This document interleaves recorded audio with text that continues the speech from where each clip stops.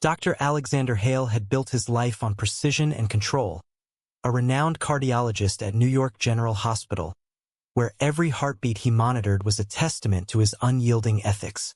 But on that rainy Tuesday evening in the ER, as he examined the bruised ribs of his new patient, Ethan Riley, a 20-year-old college student fresh from a motorcycle crash, something shattered.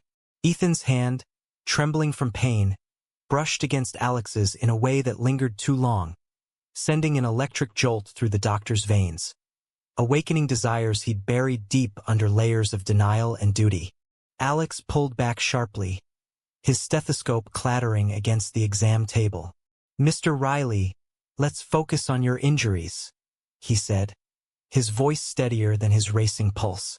Ethan, with his tousled dark hair and piercing blue eyes, just smiled faintly, wincing through the morphine haze. "Call me Ethan, document, and thanks for not freaking out about the crash. My folks would kill me if they knew I was riding without a helmet again." As Alex reviewed the x-rays, his mind wandered. He was 35, married to his career, with a conservative family back in Texas who still sent him weekly church newsletters, subtly reminding him of their expectations for a proper life, wife, kids, the whole American dream. Being gay wasn't part of that script. He'd convinced himself it was a phase from med school, suppressed under endless shifts and accolades. But Ethan's touch? It was a crack in the facade, one he couldn't ignore as he discharged the young man with instructions for follow-up appointments. Over the next week, Ethan returned for checkups, each visit stretching longer than necessary. Alex found himself lingering over explanations, asking about Ethan's art major at NYU, his dreams of exhibiting in Chelsea galleries. "You're not like other doctors," Ethan said one afternoon, leaning back on the exam table. "You actually listen." Alex chuckled, but inside, turmoil brewed. Was this professional concern or something more? He knew the ethical line. Doctors don't cross into personal territory with patients. Yet, when Ethan mentioned struggling with rent after the crash totaled his bike, Alex offered, "If you need help, I know some resources." It was innocent, he told himself, but innocence faded fast. That Friday, after hours, Alex's phone buzzed with a text from an unknown number. "Hey Doc, it's Ethan. Grabbed your card from the desk. Thanks for today. Coffee sometime? My treat." Alex stared at the screen in his empty apartment, the city lights flickering outside. His fingers hovered over delete, but instead, he typed back, "Sure. Why not? Tomorrow at 10. The decision felt like jumping off a cliff, exhilarating and terrifying. What was he doing? This could jeopardize everything. His license, his reputation, the trust of his colleagues. The coffee shop in Greenwich Village was bustling, a neutral ground far from the hospital.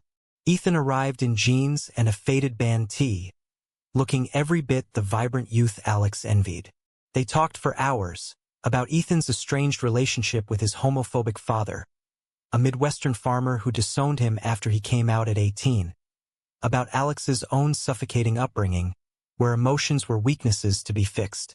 "I see it in you, Doc," Ethan said softly, his hand grazing Alex's across the table. "That weight you're carrying. It's okay to let go." Alex withdrew, heart pounding. "I'm your doctor, Ethan. We can't." Yet they did. Subtle at first, more texts, shared lunches. Alex rationalized it as mentorship, helping Ethan navigate life post-crash. But the pull was magnetic. One evening, walking through Central Park, Ethan stopped under a blooming cherry tree. "Why fight it?" he whispered, leaning in. Their lips met briefly, a kiss that tasted of forbidden freedom. Alex pulled away, guilt crashing over him like a wave. "This ends now," he said, but his voice lacked conviction. Back home, he paced, replaying the moment. The American Medical Association's code echoed in his head. No dual relationships. But Ethan's vulnerability mirrored his own hidden self. Was this love or a midlife crisis? The cost was already mounting. Sleepless nights, distracted rounds at work. As weeks turned to months, the secrecy amplified the intensity. Alex skipped family calls, lying about overtime. Ethan, meanwhile, faced his own battles. Friends questioning his crush on the doc, and the gnawing fear of rejection. One night, over dinner at Ethan's tiny studio, Alex confessed, "I've never felt this alive, but it's destroying me." Ethan cupped his face. "Then choose us." But choice meant sacrifice. Alex's sister called the next day, probing about his lonely life. "Mom wants grandkids, Alex. Don't let work ruin that." The pressure built, a storm on the horizon. By the end of that first phase, Alex realized the touch had ignited more than passion. It had set fire to the carefully constructed walls of his existence. He stared at his reflection, wondering if he could extinguish it before it consumed everything. The affair deepened like a hidden current, pulling Alex further from shore. Mornings at the hospital became a tightrope walk. He'd pass Ethan in the waiting room for routine checkups, their eyes locking in silent promises. "Your ribs are healing well," Alex would say professionally, while under the table, their knees brushed. The risk thrilled and terrified him. Colleagues noticed his distraction. Dr. Ramirez, his mentor, pulled him aside. "You seem off, Hale. Everything okay at home?" Alex forced a smile. "Just busy." But inside, the moral tug-of-war raged. He was Ethan's healer, not his lover. Crossing that line violated oaths sworn years ago. Ethan, too, wrestled with demons. Back in his dorm, he sketched portraits of Alex, capturing the doctor's guarded smile. But doubt crept in. "Am I just a fling?" he asked one stolen afternoon in a Brooklyn cafe. Alex hesitated, then admitted, "You're everything I never allowed myself." Their hands intertwined, but Ethan's eyes darkened. "What about your family? Your job?" Alex had no answers, only the growing ache of deception. The first crack appeared at a hospital fundraiser. Alex attended alone, schmoozing donors in a tuxedo. Ethan showed up uninvited, blending into the crowd. "I had to see you," he whispered in a shadowed corner. They slipped away to a balcony, where passion overtook caution, a fervent embrace against the railing. But as they parted, Alex spotted Dr. Ramirez watching from afar, her expression unreadable. Panic surged. "We have to stop," Alex hissed later that night via text. Ethan's reply, "You say that every time." Family pressures mounted. Alex's parents visited from Texas, staying in his sparse apartment. Over dinner, his father grilled him. "Still no girlfriend? You're not getting younger, son." Alex deflected, but his mother sensed the shift. "You look troubled, dear. Is it work?" He nodded, but thoughts of Ethan consumed him. That night, he snuck out to meet Ethan in a park, their conversation turning heated. "I can't keep lying," Alex said. Ethan fired back. "Then don't. Come out. Be with me." The words hung like a challenge. Alex stormed off, the divide between duty and desire widening. Society's gaze added fuel. Ethan's friends, a tight-knit group of queer artists, grew suspicious. "Dating your doctor? That's messed up," one said at a gallery opening. Ethan defended, "It's real," but whispers spread, rumors of an inappropriate relationship. Ethan faced isolation, his grades slipping as anxiety took hold. He confronted Alex. "This secrecy is killing me. Are you ashamed?" Alex, torn, pulled him close. "Of us? Never. Of what it means? Yes." Pivotal decision loomed. Alex considered transferring Ethan's care to another doctor, but the thought gutted him. Instead, he dove deeper, renting a weekend cabin upstate for escape. There, amid autumn leaves, they shared stories. Alex's repressed youth, Ethan's painful coming out. "My dad called me a disgrace," Ethan confided, tears flowing. Alex held him, vowing silently to protect him. But protection came at a price. Back in the city, Alex ignored a warning email from hospital HR about fraternization policies. Arrogance blinded him. Betrayal struck unexpectedly. Ethan's ex-boyfriend, jealous and vindictive, discovered texts on a borrowed phone. "You're screwing your doc?" Pathetic. He threatened to expose them unless Ethan paid hush money. Ethan, panicked, told Alex. "We handle this together," Alex said, but fear gripped him. They met the ex in a dingy bar, Alex offering cash from his savings. "Take it and disappear," he growled. The ex smirked, pocketing the money. Pleasure doing business. But the encounter left scars. Ethan felt cheapened. Alex humiliated. The incident forced reflection. Alex sat alone in his office, staring at patient files. How many lives had he saved, only to risk his own? Ethan's touch had awakened joy, but at what cost? Sleepless, he drafted a resignation letter, then tore it up. Love, he realized, demanded sacrifice. But whose? As tensions escalated, a family crisis hit. Alex's sister announced her pregnancy, urging him home for Thanksgiving.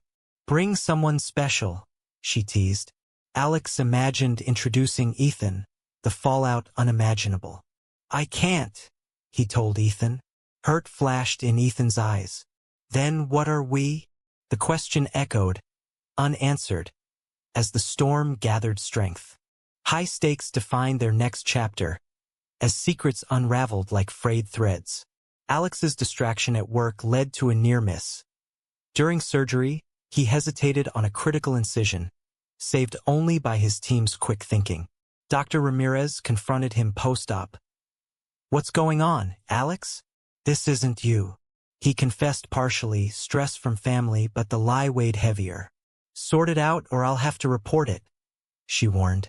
The threat loomed, pushing Alex toward a breaking point. Ethan, meanwhile, faced academic probation. His art suffered, sketches turning dark and chaotic. "I can't focus without you," he admitted during a clandestine meeting in Alex's car. They argued fiercely. "This is ruining us both," Alex said. Ethan countered, "No, hiding is." In a moment of desperation, Ethan suggested going public. "Let's tell the world." Alex recoiled. "I'd lose my license. My family would disown me." The impasse deepened their bond and divide. Society's undercurrents surged. At an LGBTQ+ rally in Manhattan, Ethan dragged Alex along anonymously. Surrounded by pride flags, Alex felt a flicker of belonging, but paranoia set in. "What if someone recognizes me?" he whispered. Ethan squeezed his hand. "That's the point, freedom." But back home, Alex scrolled through online forums. Stories of doctors stripped of titles for ethical breaches. The moral quandary gnawed. Was love worth professional suicide? Family interference intensified. Alex's father called unexpectedly. "Your mother's worried sick. Says you're distant. Is there a woman? Or something else?" The implication stung. Alex denied, but the seed of doubt planted. He visited Texas alone, enduring sermons on traditional values. His parents pressed, "Find a nice girl, settle down." Returning to New York, he found Ethan waiting, furious. "You left without a word." They reconciled in tears, but trust cracked. A turning point arrived via betrayal. The ex-boyfriend, unsatisfied with the payoff, leaked anonymous tips to the hospital board. Whispers circulated. Dr. Hale's involved with a patient. Alex was summoned to a meeting. "We have concerns," the director said. Alex denied vehemently, but sweat beaded on his brow. Evidence was circumstantial, a witnessed balcony kiss, but enough to suspend him pending investigation. "This could end your career," the director intoned. Devastated, Alex confronted Ethan. "Did you tell anyone?" Ethan swore no, but suspicion lingered. In rage, Alex accused, "This is your fault. For pushing." Ethan stormed out, heartbroken. Alone, Alex drowned in regret. He'd traded integrity for fleeting happiness. Ethan, reeling, sought solace in friends, who urged him to end it. "He's using you," one said. But love persisted. Reconciliation came at a cost. Alex, on leave, tracked Ethan to his studio. "I'm sorry," he begged. They embraced, vowing caution. But the damage spread. Ethan's father, hearing rumors through mutual contacts, called threateningly, "Stay away from that pervert doctor, or you're cut off for good." Ethan hung up, defiant but shattered. Moral dilemmas peaked. Alex attended therapy secretly, grappling with identity. "Am I gay? Or just lost?" The therapist probed. "What do you want?" Clarity emerged, Ethan. But wanting meant choosing. He drafted a coming-out letter to his family, fingers trembling. Sending it would burn bridges. As the investigation dragged, Alex faced colleagues' judgmental stares. One friend advised, "Cut ties with the kid. Save yourself." But Ethan, facing his own isolation, proposed eloping. "Run away with me." Alex laughed bitterly. "To where? We're trapped." The climax built toward confrontation. Alex's sister arrived unannounced, sensing crisis. Over coffee, she pried, "Who's the guy?" Stunned, Alex confessed partially. Her reaction, shock, then tentative support. "I love you, but Mom and Dad, it'll kill them." The partial acceptance fueled hope, but reality bit hard. Suspension hit Alex like a cardiac arrest, sudden, debilitating. Barred from the hospital, he paced his apartment, replaying every misstep. The board's letter cited potential boundary violations, demanding full disclosure. Alex lawyered up, but the process drained him financially and emotionally. "Admit nothing," his attorney advised. But denial felt like another layer of deceit. Ethan bore his own burdens. Cut off by his father, he juggled part-time jobs, art school slipping away. "I miss you," he texted Alex daily. They met covertly in motels, conversations laced with paranoia. "What if we're followed?" Alex fretted. Ethan, resilient yet fraying, pushed back. "Fight this. For us." But Alex's resolve wavered. "I could lose everything." Societal backlash amplified. Online, anonymous posts on medical forums labeled Alex a predator. He read them obsessively, self-loathing mounting. Ethan's community offered mixed support. Some hailed their story as defiant love. Others condemned the power imbalance. Age gap? Doctor-patient? Toxic? A friend messaged Ethan. Doubt seeded. Family implosion followed. Alex's coming-out letter arrived in Texas. His mother's call was hysterical. "How could you? This is a sin." His father, silence, then disownment. "You're no son of mine." The rejection gutted Alex, echoing Ethan's past pain. "Now you know how it feels," Ethan said softly during a tearful call. But shared suffering bonded them tighter. A desperate gamble emerged. Ethan suggested going to the media anonymously at first, to frame it as a love story against odds. "Humanize us." Alex balked. "That'd destroy me professionally." They argued for hours in a rented car outside the city. "Choose. Your old life or me?" Ethan demanded. Alex, cornered, chose silence, driving away in fury. Betrayal deepened the wound. In vulnerability, Alex confided in Dr. Ramirez, hoping for alliance. "It's true," he admitted. She sighed. "I suspected. But Alex, this is career suicide. Worse." She reported it formally, bound by duty. "I'm sorry." Alex felt stabbed. Trust evaporated. He lashed out at Ethan. "See what your persistence caused?" Ethan, hurt, retreated. Damage control failed. The investigation uncovered texts, witnesses. Alex faced a hearing, suited up, heart racing. Ethan attended secretly, their eyes meeting across the room. Testimonies painted him as unethical. His defense, it was mutual after treatment ended. But rules were clear, no exceptions. Post-hearing, Alex collapsed emotionally. Ethan found him in a bar, drunk. "We can appeal," Ethan urged. But Alex pushed him away. Go. Live your life. Ethan refused, leading to a raw confrontation. You're a coward, Ethan yelled. Alex retorted, and you're naive. The fight ended in sobs. Reconciliation tentative. Moral reckonings surfaced. Alex volunteered at a LGBTQ+ clinic, finding purpose in helping others navigate identity. Your story inspires, a young patient said. But inspiration came with guilt. Had he exploited Ethan? Ethan, meanwhile, channeled pain into art, exhibiting pieces on forbidden love. Critics praised. Sales helped financially. But success rang hollow without Alex. As pressures peaked, a family olive branch appeared. Alex's sister mediated. Mom wants to talk. The call was awkward, progress slow. We don't understand, but we love you. Hope flickered. Yet, the board's verdict loomed. Probable revocation. Alex prepared for loss, packing his office. Ethan stood by. We'll rebuild. But rebuilding meant sacrifice. Alex's dream deferred. Ethan's youth shadowed. In this crucible, decisions crystallized. Alex chose to fight publicly, scheduling a press conference.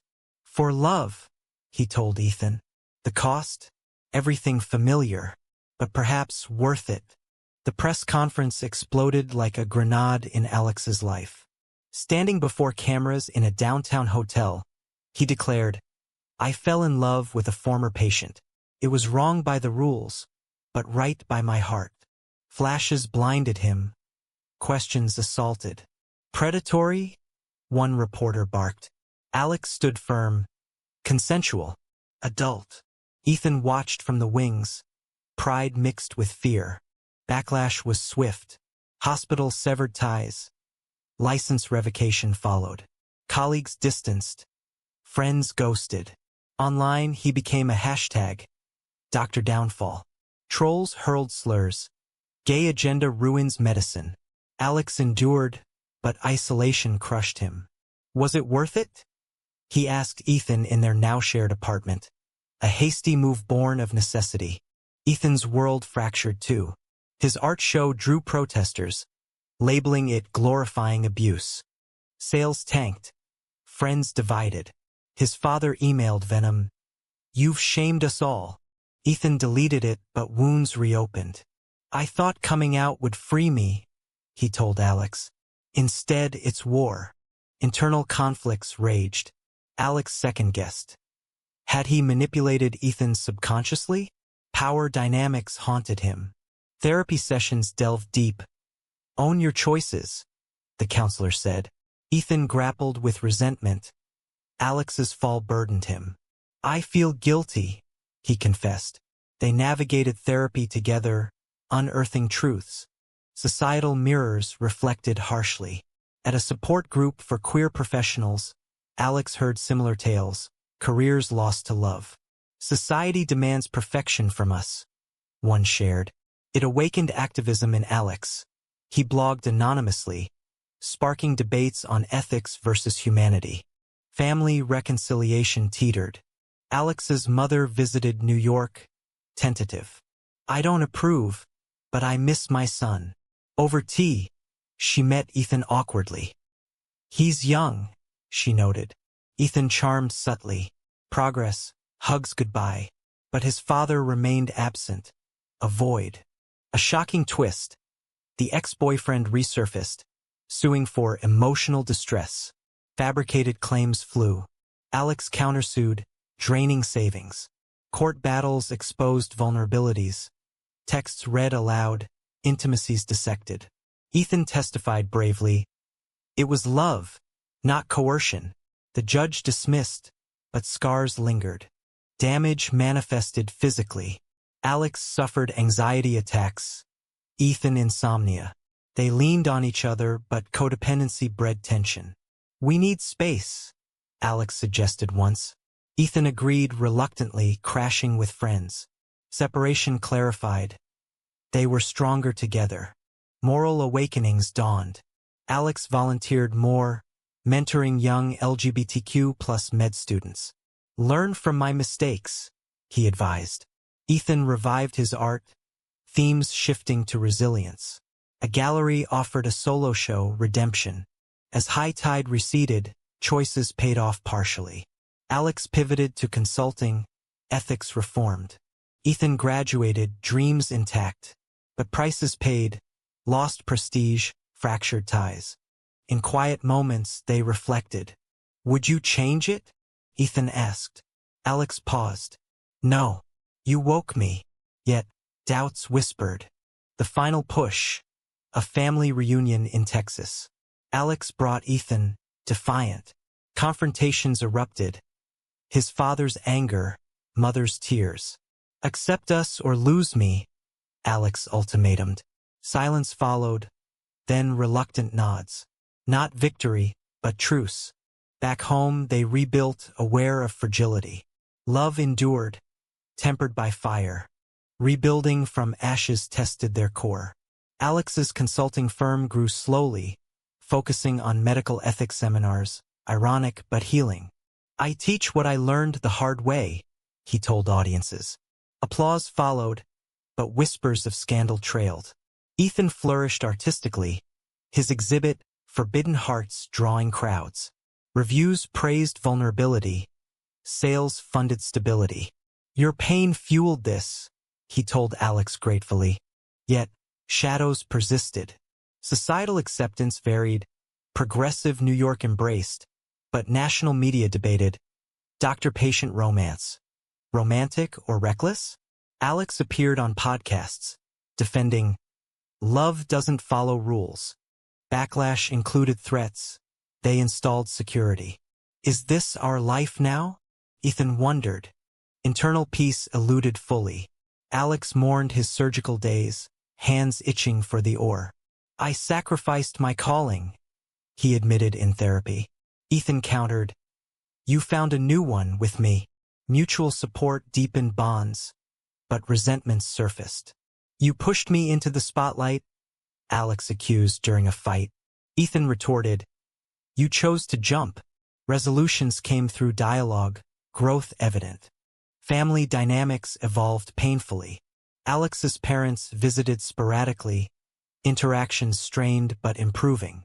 We're trying, his mother said, hugging Ethan tentatively.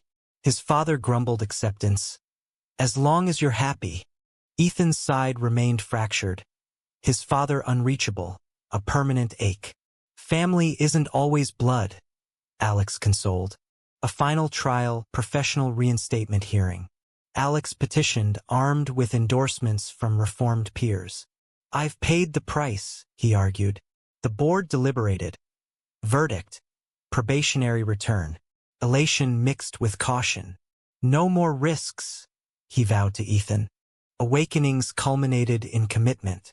On a quiet anniversary, Alex proposed in Central Park, their first kiss site. Marry me, despite everything. Ethan accepted, tears flowing. Wedding plans sparked joy, but invited controversy. Family invites debated. Include them? Ethan asked. Alex nodded. For closure. The ceremony, intimate in a Brooklyn loft, symbolized triumph. Vows exchanged. Through ruins we rise.